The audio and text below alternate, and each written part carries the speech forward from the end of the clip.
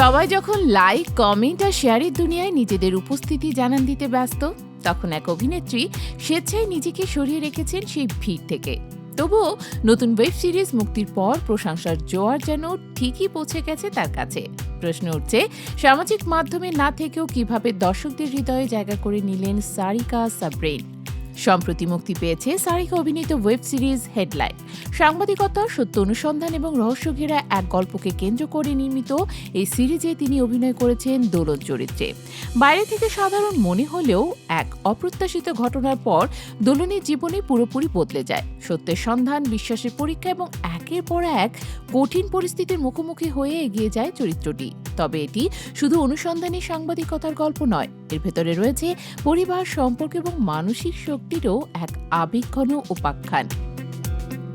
সিরিজটি নিয়ে নিজের অনুভূতি জানাতে গিয়ে সারিকা বলেন, তিনি বহু বছর ধরে সামাজিক মাধ্যমে নেই, ফলে দর্শকদের প্রতিক্রিয়া সরাসরি দেখার সুযোগ না থাকলেও সহকর্মী, বন্ধু ও পরিচিতদের ফোনেই পেয়েছেন ভালোবাসা। গল্প নির্মাণ এবং তার অভিনয় নিয়ে ইতিবাচক মন্তব্যে একজন শিল্পী হিসেবে তাকে নতুন অনুপ্রেরণা দিয়েছে।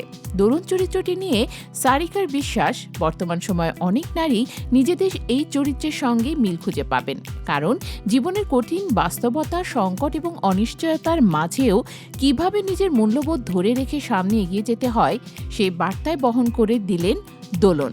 অন্যদিকে সামাজিক মাধ্যম থেকে দূরে থাকার সিদ্ধান্ত নিয়েও একেবারে অনুতপ্ত নন এই অভিনেত্রী। তার ভাষায়, এই সিদ্ধান্ত তাকে মানসিকভাবে অনেক বেশি শান্তি দিয়েছে। পরিবারের সঙ্গে সময় কাটানো, নিজের জন্য সময় বের করা এবং নিরিবিলি জীবন উপভোগ করার সুযোগ পাচ্ছেন বলেই তিনি মনে করেন। যদিও সামাজিক মাধ্যমের ইতিবাচক দিক রয়েছে, তবুও তার কাছে মানসিক শান্তির মূল্যই সবচেয়ে বেশি। নতুন কাজ নিয়েও আশাবাদী সারিকা। ইতোমধ্যে কয়েকটি প্রকল্প নিয়ে আলোচনা চলছে, তবে আনুষ্ঠানিক ঘোষণা না হওয়া পর্যন্ত সেগুলো নিয়ে কথা বলতে চান না তিনি। সংখ্যার চেয়ে ভালো গল্প আর শক্তিশালী চরিত্রকেই সবসময় বেশি গুরুত্ব দেন বলে জানিয়েছেন এই অভিনেত্রী।